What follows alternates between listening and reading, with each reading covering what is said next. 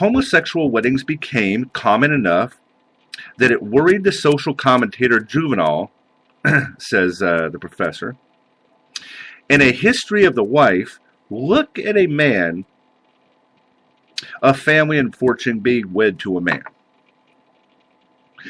Juvenal wrote, such things, before we were very much older, will be done in public. He mocks such unions, saying that male brides would never be able to hold their husbands by having a baby.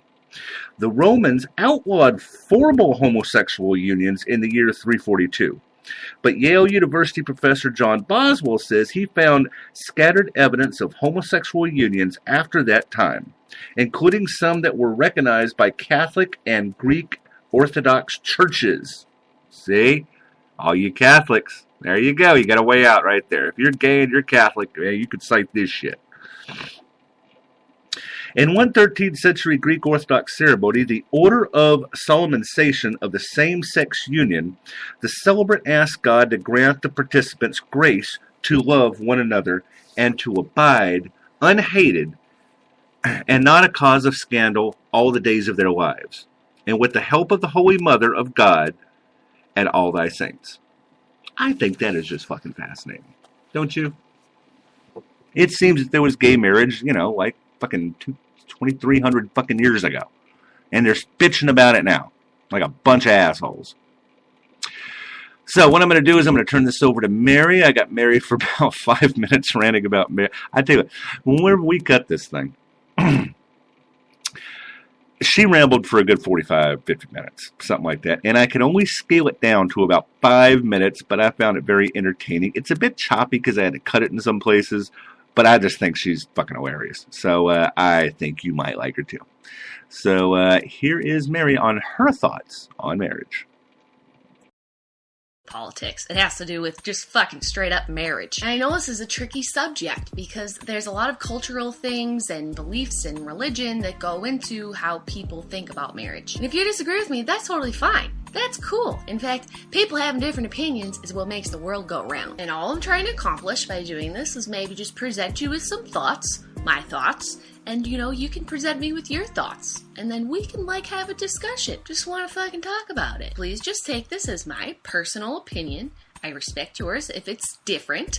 And then we can just all fucking upload them to the internet. That's America. First thing I want to address applies to people my age, like 20s, mid-20s, late 20s. There's such a big pressure on girls and guys to hurry up and settle down and whatever else. And I just do not feel that way. Every boyfriend I've ever had, I'm like, look, dude, if you propose to me anytime within the next, 10 years, I'm just gonna flat out say no. No, thank you. I have a hard time wrapping my brain around what your fucking hurry is. 18-year-olds, 21-year-olds getting married. Why, dude? Why? And that's kind of a rhetorical question. I understand there's lots of reasons why. But the way I look at it is, if you're theoretically gonna be with that person forever, why do you need to get married now? Why can't you get married when you're 60? That's kind of cute. My aunt got married for the first time when she was 52. That shit was fucking awesome. I have a lot of respect for people that are together for 10 years or 15 years and then they're like, hey, dude, you want to fucking get married? You already got a couple kids. Because to me, what's important is having that commitment. You don't need a ring. You don't need a dress. You don't need any of that. It's all kind of symbolic of the commitment, but you can certainly have the commitment without all of that. And that leads me to the next thing I want to talk about. I think that many girls in particular have really lost the idea of what a fucking marriage is about. It's not about fucking flowers and your ring and your dress and your hair and your makeup and your fucking everything. It's about the person that you love that you're making a commitment to, and the fact that your friends and family are there to be witness and celebrate and be fucking happy. That's it. If you want to spend all your money on your wedding, that's fine. But what I do have a problem with is when people fucking spend all this money on a wedding that they don't have. Oh man, I don't have a job and I'm collecting unemployment. You know what I should fucking do? Throw a giant wedding. What the fuck? If having a wedding is gonna throw you into debt and you want to be with this person forever, why can't you just wait a few years until you can afford it? And a lot of people have parents that want to pay for their wedding, and that's cool. But that doesn't mean that you should just fucking do it just because someone's paying for it. My parents can afford to buy me a cookie the size of my room. Does that mean I should eat it? No, dude, I get fucking sick. And again, just my opinion, I don't know how many of you have, like, sat down and had a real conversation with your parents about who's paying for your wedding. Not once has this ever come up as a topic of conversation. I don't think I would ever want someone to pay for my wedding, or part of my wedding. Fuck that noise. I think if it's my choice of who I get to marry and when I get to get married and what I want everything to be like, I can fucking pay for it if I want to. All you gotta do is show up. I got a fucking open bar. That's what I spent my money on. To all you ladies out there, maybe you should calm the fuck down, because you don't have to get married. You don't need a big fucking fairy tale wedding. You don't need to get married when you're in your 20s. You don't need to have a fucking baby now. You don't need to do any of that. You can make your own choices and live your own life. And anyone that has a problem with that, you can just go ahead and point to your own brain and be like, is this yours? No. Okay, then shut the fuck up. And now I want to talk about the fact that I don't give a shit about gay marriage. Not that I don't give a shit about it, but that if you want to marry someone that you love, I don't fucking care. That's awesome. Go for it. I don't care if you want to marry a penguin. I don't care if you want to marry a box of fucking fruit roll-ups. And it just seems kind of silly to me that people are like so wrapped up in that other people can't marry other people. What in the fuck do you care what people are doing with their genitals? Almost every person I know has a gay friend or a gay relative or even someone on TV or in movies that's gay that they like, that they're like, dude, why can't they just get fucking married? I don't understand. And there's not a lot of times that you're gonna hear me talk about things like this because I like things to be lighthearted and fun, and I don't ever want to isolate someone because of their beliefs. But I was planning on making this video about marriage, and how is it fair that I'm allowed to have all these thoughts and feelings about when I want to get married or if I do or what's going to happen, and there's plenty of people that don't ever get to have a choice. It just seems fucking wrong. Main reason I just wanted to make this video is because there we go. I think that spells it out very, very, very perfectly. And sorry about the cutting off on the end with the editing because I don't know how to fucking do it. Anyway, I was running across this website and just, to keep something somewhat lighthearted, I guess, I found, 7 logical reasons not to marry. Now, here's the thing. I'm not against marriage. I'm kind of like marriage. I'm not against marriage. I don't care. If that's your thing, I don't cite you for it. I don't think there's nothing that you've done wrong. It's not like if you tell me, well, I'm a Christian, then I just think you're a fucking idiot. But marriage, I understand. I get it. But I ran across this website. This guy was talking about 7 logical reasons not to marry, and I just thought it was kind of funny. And so I'm going to read a little bit of it to you and see what you think. This is Winston Wu, evidently an Asian. Maybe. I don't know. He says, society says that you are incapable and you're incomplete until you're married. It's a part of your social programming. Your parents are expected, you to get married, to follow on with the tradition and give them grandchildren.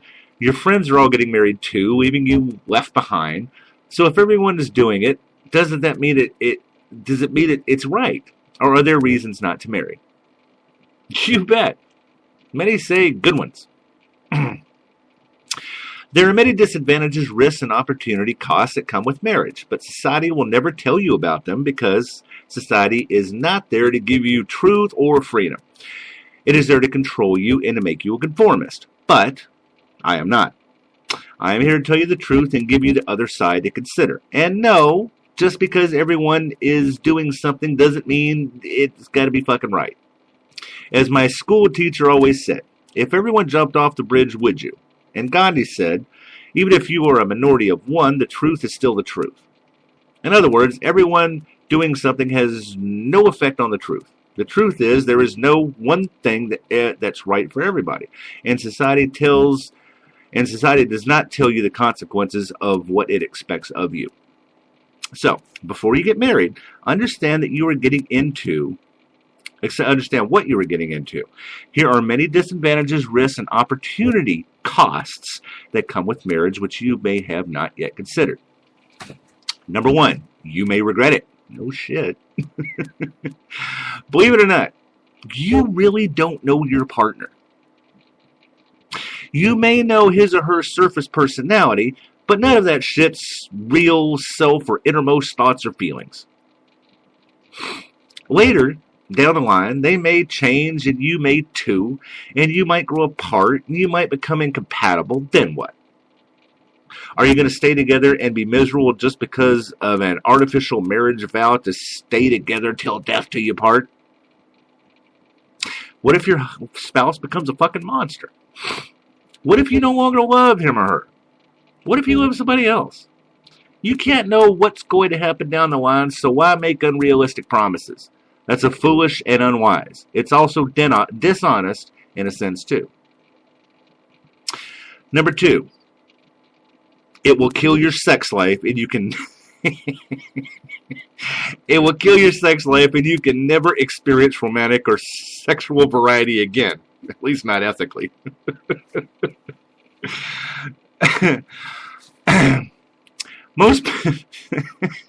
That's one of my chief concerns with it. Most people about to marry never consider this, but marriage kills your sex life. After a few months, the sex will no longer be interesting. It will become a fucking routine, and the longer the marriage goes, the less sex a couple will have. After a number of years, it will eventually be reduced to little or nothing. In fact, it is not uncommon for long-term married couples to have sex once a year, or not even. So you got to ask yourself, if sex is important, and we know who we're talking to right now, why kill it off by doing so? You know, by getting married, you've shot yourself in the foot, all because society told you. Now, how do you like that? Now, this is to men. Think about this. There are millions. I would differ. I would say there are billions of attractive women out there. You will never be able to romance them or sleep with them ever again. If you keep your marriage vows, that is. I mean, think about it. According to the oath you made, you were supposedly never going to sleep with another attractive female ever fucking again until you die. How do you like that? Got a point. I don't like it. Why restrict and bind yourself for life like that? Isn't that crazy? Isn't variety the spice of life? See, I'm going to have a bunch of women calling me up or sending me shit and screaming at me that their men decided, fuck it, you know, he raised 7 great fucking points and I don't want to get married. And they'll sue me.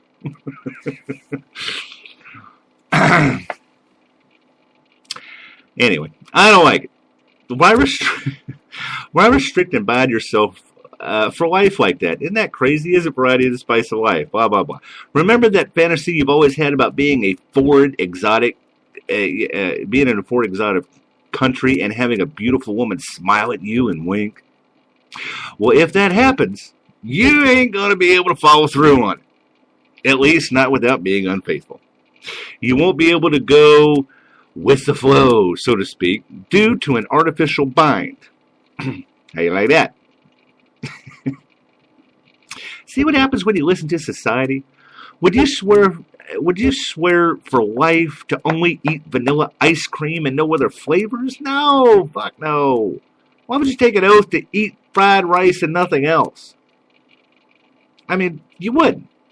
So why would you swear to only have one woman forever and never experience any others? It doesn't make any fucking sense. And it's unnatural and it's difficult to keep up such an oath. One should not make promises that one can't keep, right? So why do it? Aren't you being dishonest by taking such oaths? Is it necessary to lie to appease your family and peers? The grass is always greener on the other side. I hate to tell you, that bullshit thing about grass is green. Yes, it is. And if you're married to a brunette, you'll be lusting after blondes and redheads because